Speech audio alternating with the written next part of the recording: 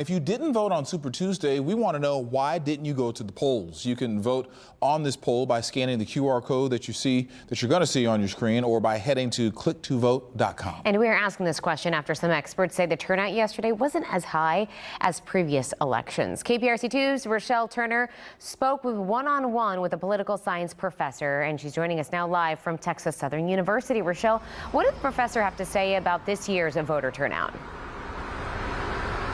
Well, Daniela, Dr. Michael Adams said some voters were not as motivated, and they've seen some of the people that we've seen before, like President Joe Biden, former President Donald Trump, and here in Texas, they've seen Republican candidate Ted Cruz and Democratic Representative Sheila Jackson Lee. Dr. Adams says regardless of your political beliefs, it is important to cast your vote.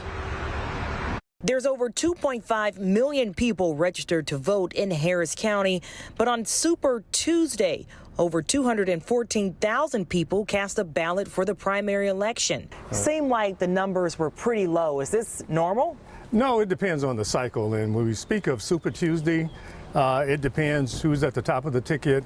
But this time around, it wasn't so super because it was almost a foregone conclusion. I spoke to Dr. Michael Adams, who serves as a political science professor at Texas Southern University.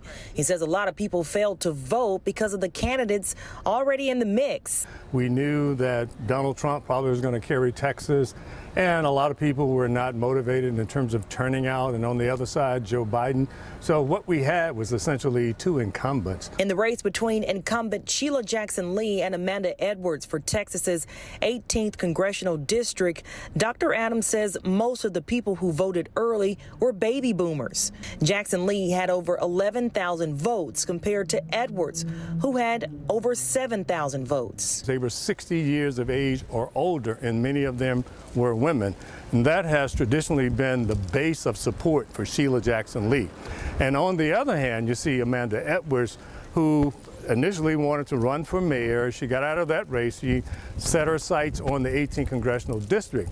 Amanda Edwards, I think part of her failure was she failed to separate herself. Because we've seen a lot of people say, I'm tired of seeing this person in office. I'm tired of seeing that person in office. But if you don't vote, you can't really speak. Yeah, we say your vote is your voice, all right? And what we've seen, unfortunately, in terms of the democracy that we're supposed to have here, we see a small sliver of people actually having a tremendous impact on terms of electing officials. And that's not really healthy for a democracy. I also asked Dr. Adams what he thinks about the November election, and he said the results probably won't change as much, especially here in Texas, knowing that it is a Republican state. Reporting live from Texas Southern University, I'm Rochelle Turner, KPRC2 News.